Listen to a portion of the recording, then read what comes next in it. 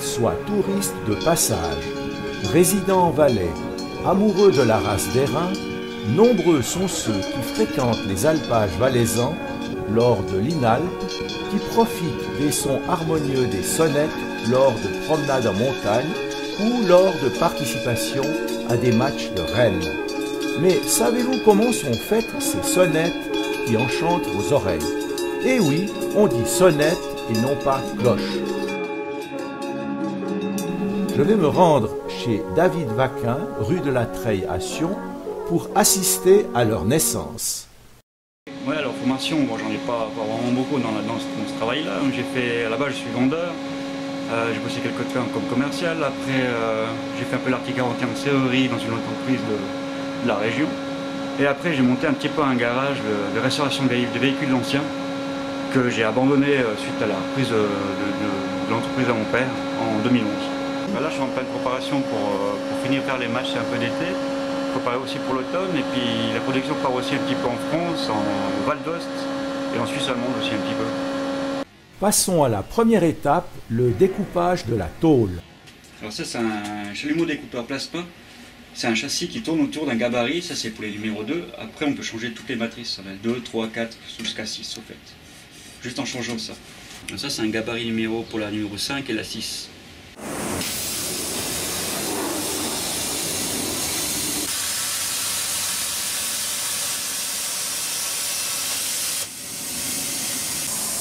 Voici la tôle une fois coupée, reste à la débarrasser de ses bavures à la lime. Est-ce que cet acier correspond à des critères précis quant à ses composantes? Ah oui, là c'est vraiment précis. Nous on en envoie une analyse chimique au fabricant de tôle, au laminage, pour dire exactement les proportions qu'on veut de manganèse, de carbone, de silice. Et après on a aussi, très important, c'est le laminage, s'il est laminé à froid, à chaud. Ça répercute vraiment sur le son de la sonnette. Il faut vraiment trouver le meilleur acier possible. Et ça, c'est le secret de fabrication. Ça, c'est ça le secret de fabrication. Pour cette deuxième phase, les outils sont assez nombreux. Il faut un four à gaz pour chauffer au rouge l'acier. Le four atteint à peu près 1700 degrés. Bon là pour le moment il n'est pas vraiment atteint, mais il faut attendre vers les 10 heures. Après il faut vraiment accélérer un peu le rythme parce que il continue vraiment à chauffer vraiment très fort après. Une presse pour emboutir les plaques. Une première qui dégrossit en quelque sorte et la seconde plus profonde qui donne la forme définitive. Il faut une presse avec le poinçon de l'entreprise comportant l'écusson du Valais, le dessin de 2 vaches face à face et le nom de Vaquin. Le chiffre 5 correspond à la taille de la sonnette. Les modèles vont de 0 à 6, les tailles 5 et 6 étant les plus demandées. Enfin, une enclume permettant de marteler la pièce en acier. Alors voilà, c'est la partie d'emboutissage, la partie un peu plus compliquée, un peu plus pénible. Le chou, vraiment à cause de la chaleur, vraiment à peu près à 1500 degrés, le poids de la tôle au bout de la pince, et sur la durée c'est assez contraignant.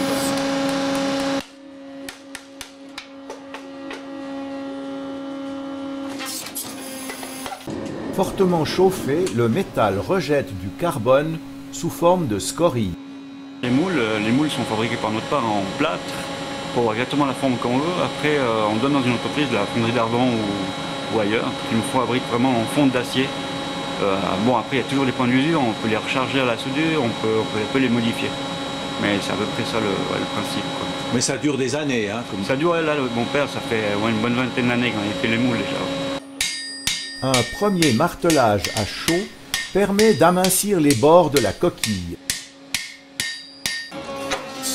La prochaine étape, c'est le marquage. En fait, c'est une opération de plus qu'avant. Là, je vais mettre la coquille à plat, je vais la retourner et faire l'emboutissage et la remettre dans le four. C'est juste le marquage pour marquer la taille de la sonnette, le nom et les cuissons valaisantes.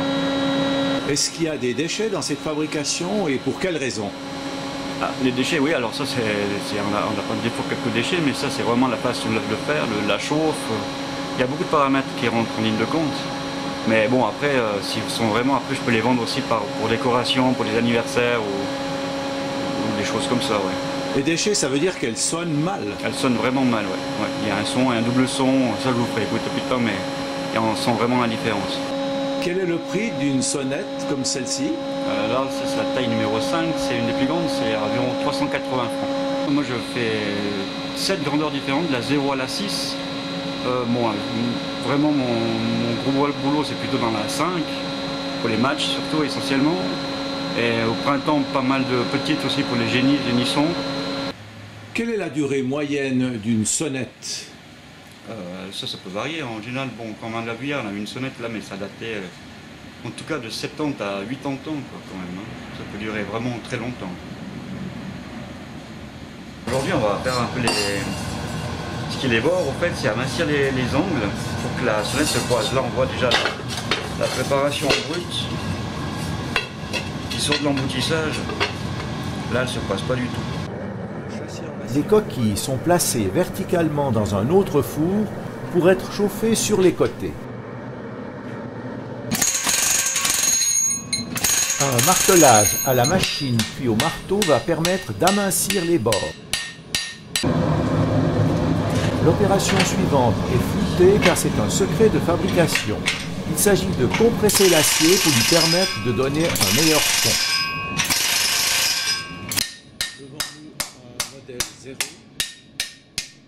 Alors là, la prochaine étape, c'est maintenant j'ai fini le martelage et je vais passer sur l'assemblage. En fait, je vais relier les deux coquilles ensemble. On voit la différence entre avant. Voilà, les deux sonnettes se croisent. Les bords libres des coquilles sont d'abord passés à la meule, puis limés pour les finitions.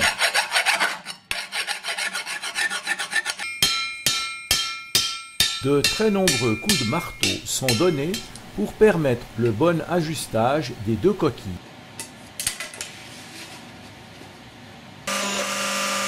Des trous sont percés pour amarrer le crochet du battant de cloche.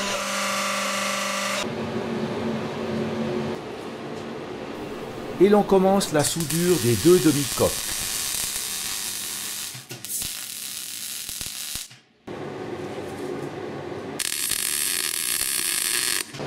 La forme de la bouche, c'est un élément très important qui est un peu le propre du fabricant et un peu son secret. En fonction de cette forme, la tonalité est modifiée dans le sens plus clair ou plus grave. Une fois la taille de l'ouverture déterminée, les deux demi-coques sont solidarisées avec une pince avant d'appliquer un point de soudure. La soudure se poursuit alors sur toute la longueur.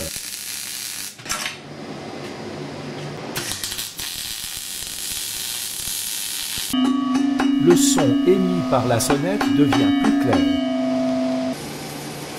À la commissure des lèvres de chaque côté, on fait un trou pour y placer un rivet.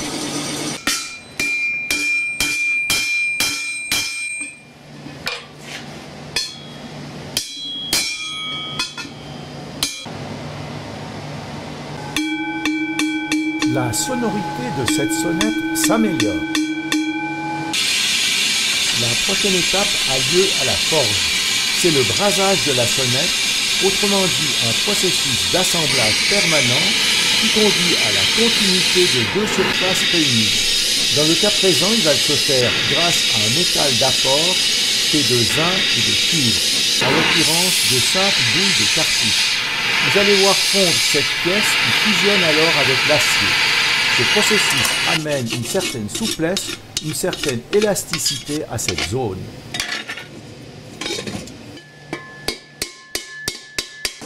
Voilà le résultat après refroidissement.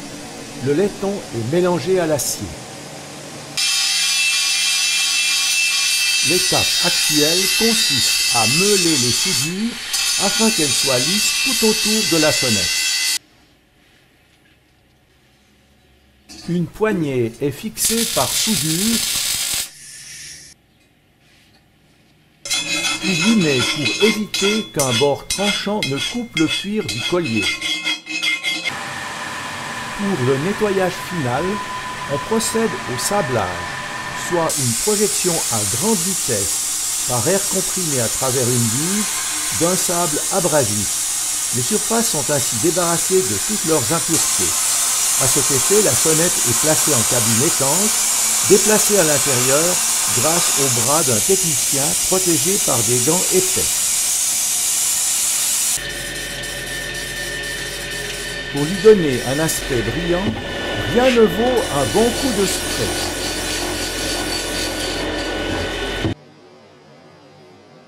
Et voilà le résultat final, sans spray puis avec.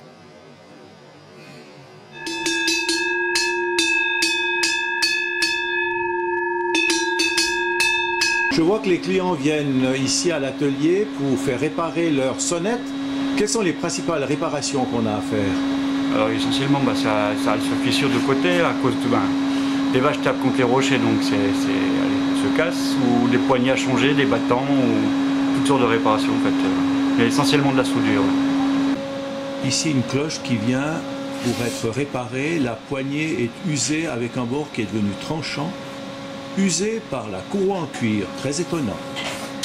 Dans cette situation, on enlève cette poignée à la meule pour en placer une nouvelle avec soudure et quelques coups de lime. Cette sonnette a perdu sa sonorité. Il faut chercher la cause. Ou bien une des coquilles est fissurée, ou bien c'est le battant qui a perdu son caoutchouc.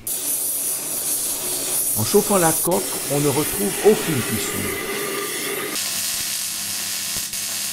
On va donc changer le battant.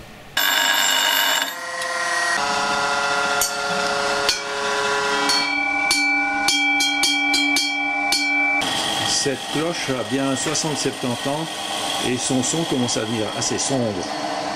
Par rapport à la fabrication de ces sonnettes, la réparation, ça représente quel pourcentage de votre temps?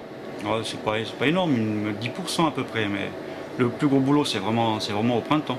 Quand ils sortent le bétail, ils s'aperçoivent que les sonnettes sont fissurées. Alors, après, en été beaucoup moins, ils sont à l'alpage, donc ça se calme en été. Ouais.